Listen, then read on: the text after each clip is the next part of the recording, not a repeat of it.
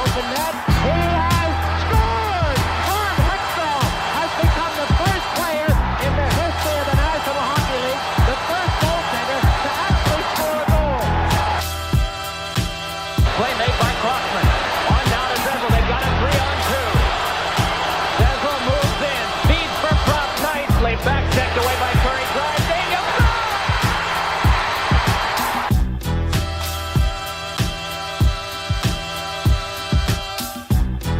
Picked up here though by Giroux.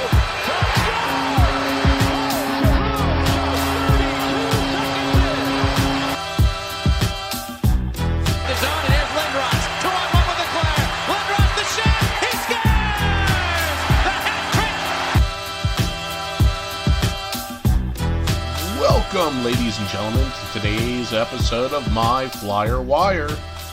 This is our season kickoff, where we talk a little bit of what happened during a busy summer that included an expansion draft, an NHL entry draft, and a boatload of trades made by the Flyers in an effort to stabilize the blue line and make the team better. Well, I guess the first place that we start would be with the Flyers trade to acquire Ryan Ellis, the Nashville right-handed defenseman. The Flyers did give up Myers and Nolan Patrick. This deal, I think, actually might turn out to be a good deal for the Flyers. Not just for this season, but I think in future seasons.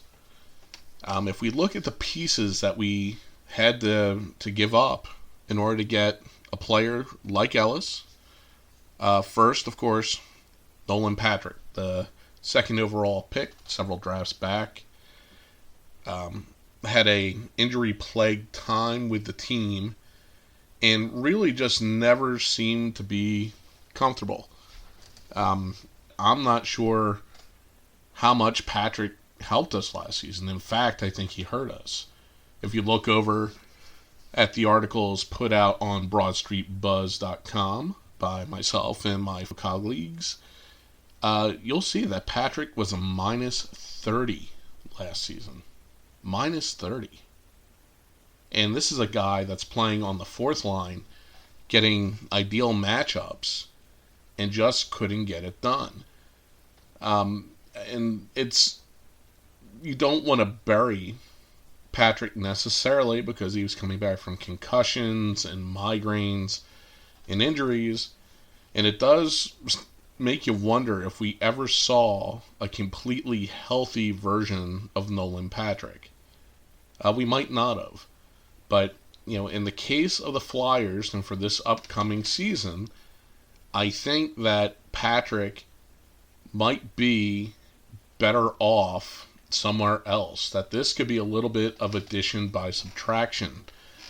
Patrick, despite the minus 30, which wasn't great, only scored 6 even strength points at center, and that's just unacceptable for a player that is an offensive player, a guy that is not a shutdown defender by any stretch, to produce so little on offense. That's probably why his numbers were so bad. If they had gotten a fair, what you would expect from a player of his pedigree, 40 points, somewhere in there, that makes it a whole different ballgame. Never got it. But again, not the Barry Patrick. He was coming back from injury, and I think he was rushed into Philadelphia. I don't think he ever got a fair shake. On the other hand, Phil Myers is a different animal altogether. I am stunned by how poorly he did last year. Kind of the inverse of Patrick, where Patrick, you might have been a bit standoffish on his potential or how he was going to contribute or how he was going to be used. Myers, in the playoffs in 2020, really looked like he was taking a step forward. There were stumbles, and he wasn't exceptional in the playoffs. There were a lot of wobbles, but there was also a lot of upside. And we did not see that this season. From all the games that I watched, and I watched them all, doing my Corsi analysis piece, Myers looked like a boat anchor around the neck of Travis Sanheim. Myers could not get out of his own way. He was losing puck battles. He wasn't providing good defensive coverage. So, it was not a good year for Myers, and, not to make excuses, but maybe with a non-COVID-y schedule where the Flyers actually got film study, practice time, things of that nature, maybe Myers is better. Maybe he's not. Time will tell. But that brings us to Ellis. Ellis is a pretty solid defender, kind of in the Niskanen role. Right now, he has a $6.25 million contract, which is pretty big, especially for a player like this. He's kind of a glue guy. Ellis has not received a single Norris vote over the span of his career. To put that in perspective, Niskanen, who was a little bit further down, I think, to the end of his career, received 36 votes in 2014. At one point, I think that placed him at 11th or 12th. I can't quite remember, but he was well thought of as one of the premier defensemen in the league. Well, Ellis has never been considered quite in that stratosphere, but he is a right-handed defenseman.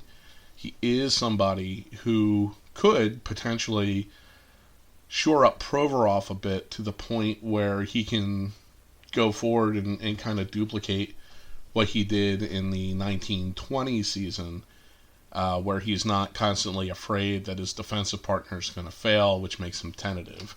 We want an aggressive, confident Provorov, and the pairing of him with Braun and everyone else last year, it just did not turn out that way. So in evaluating this deal, right now today, Ellis is the best player. In 5 years, would it surprise me if Nolan Patrick winds up scoring 30 goals? It wouldn't. I think Patrick is a highly skilled player. I don't think he's quite figured out how to have his skill translate to the NHL. And if you look at players like our very own Sean Couturier, it took him 4 or 5 seasons before he got his scoring touch. Now, granted, he had a coaching staff that was trying to limit him to defense first and defense only. Patrick hasn't had that kind of expectation put on him.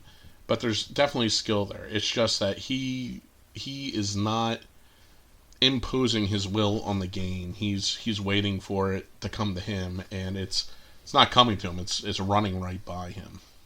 So with Patrick, it's a risk, but I don't expect him to go out and score 30 goals for Vegas, and that's where he wound up being traded almost immediately for Cody Glass. But for Vegas, it's an interesting building block piece where they have enough players around him that they might be able to coax a bit more aggression and attack orientation from him. Myers is a bit different. Myers, it would not surprise me that this guy gets several Norris votes over the next decade of his career. I thought the Flyers might have had a right-handed defenseman, a good one, for the next 10 years if they could have wrapped him up, but it just did not turn out that way. So Nashville will keep him, and Nashville has been pretty shrewd in drafting defensemen over the years, pretty good ones. So they definitely see the potential there. But that said, as of today, I have to say that Ellis is a better player than Myers, and there is no guarantee that Myers will go and reach that peak. And in fact, I can tell you, if Myers, and Patrick for that matter, repeat the efforts they had last season, this deal looks like a steal for the Flyers, assuming Ellis stays healthy and plays at close to the level he's been playing at for the last several years. So Flyers fans, on the whole, I think they should be pretty happy about this. where Flyer fans may not be happy was the trade of Shane Gostisbehere, Ghost, going to Arizona for a 2nd and 7th round pick.